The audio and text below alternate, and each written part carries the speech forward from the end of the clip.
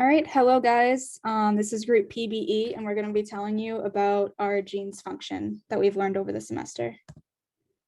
So this is just a quick summary of our genes properties that we found using our initial analysis using F-Ganesh. So our gene only has one exon, as you can see, and no introns. So it made analysis very simple. We do have a poly tail at the very end, 2103 base pairs long, and our gene's on the positive strand. So when we analyzed to find the most probable mutations, we found only 2 on our strand. So there's a high impact mutation at 919 base pairs, and this is a premature stop codon. So pretty significant effects we would predict. And we also have a low impact mutation that just changes a glycine to a glycine. So we amplified this after making primers. Both mutations fell in between the primers. So in lab, we amplified this and sent it off for sequencing. And these are the results of our sequencing and our initial gel. So as you can see from the gel, we analyzed 6 mutants, and only our first mutant really gave good results. That bands at the proper location and base pair length. So we sent that one off for sequencing, and we were able to confirm both of our mutations. So the high impact mutation is at the red circle, the low impact mutations at that green arrow, and we also had another mutation show up at the blue arrow. But this could just be an error because it's close to the beginning of the sequence. So after confirming our mutation, we were able to do other analysis. But we also researched of our phylogeny of our gene to learn more about its function. So we used NCBI BLAST for this too.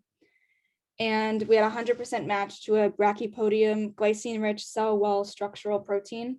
So this is probably what our gene's function is. And it makes sense because we have a lot of glycines in our sequence. We made a tree based on our closest relatives, and our closest relative is rice. And interestingly, it's not actually a structural protein, it's an ATP-dependent RNA helicase, which was surprising because we do have other structural proteins in our tree, but they aren't as closely related based on what was produced in our tree. So other parts of our tree has eggshell proteins, transcription factors, hypothetical proteins. So we also reviewed literature to learn more about our sequence, but we actually had no conserved domains found when we inputted our sequence, and also no protein families found. So because we didn't have much data in terms of this, we decided to just continue researching the glycine-rich structural protein based on our phylogeny research. So GRPs, the glycine-rich structural proteins, are a structural component of cell walls, in addition to proline-rich proteins and extensins. They have similar properties as collagen, and they're mostly localized in vascular tissue of plants. And there is a lot of research that they help mediate repair processes. So our next task was to find where our gene was most highly expressed. And doing a search, we found that it is most highly expressed in the preanthesis ovary, the mid-length grain, the germinating grain, and both the de-etiolated and etiolated developing shoots, as well as the outer portion of the inclined internodes in the plant's stalk. So we used previous experiments to investigate this. Now, our next task was we looked at thermocycling data as well as photocycling data to find periods of relative gene expression. And again, we found that expression is highest in the etiolated shoots, in the etiolated shoots being those that are deprived of sunlight.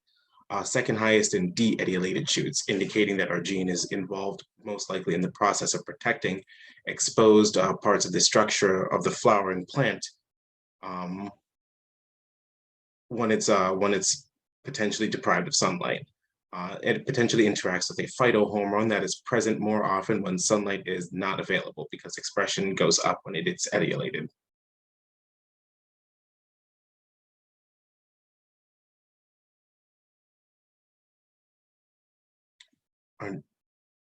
So we devised our PCR experimental plan. The question we asked was, does salt treatment upregulate or downregulate our genes' expression rates? So we devised an experiment consisting of six plants, 3 control and 3 salt treatment plants. The control plants would get just water as they're growing, and the salt treatment plants were watered with 83 milliliters of 200 millimolar sodium chloride solution. All plants were etiolated so that we could harvest tissue that had maximized expression rates. And on the day the salt treatment was given, 3 hours later, the shoot and lower internode samples of each plant were taken and frozen down in liquid nitrogen.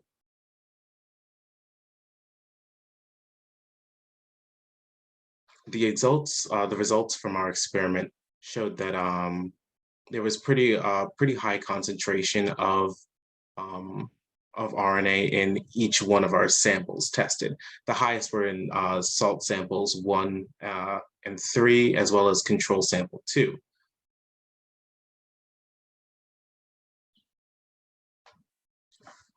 So this all helped us when we were going into our quantitative PCR experiment. The qPCR gave us CT values for our target gene's expression. And in this experiment, a low CT value is inversely correlated to the level of expression. So 4 plant types were prepared for our qPCR: the control plants, the salt-treated plants, the wild-type plants, and the mutant plants we were assigned at the beginning of the semester. 3 of each plant with 2 replicates were performed for both our gene of interest and a control housekeeping gene for us to measure against, for a total of 48 samples of quantitative PCR.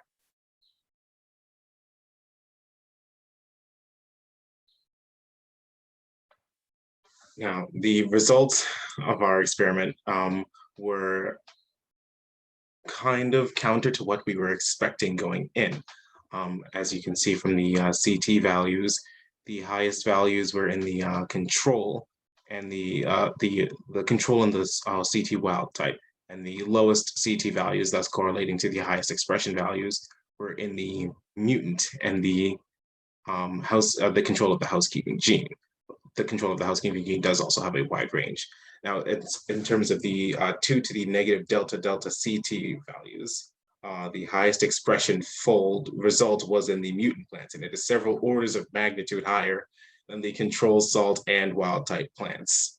The salt plants are a little bit higher than the control and wild type, but still nowhere near as exaggerated as the mutants.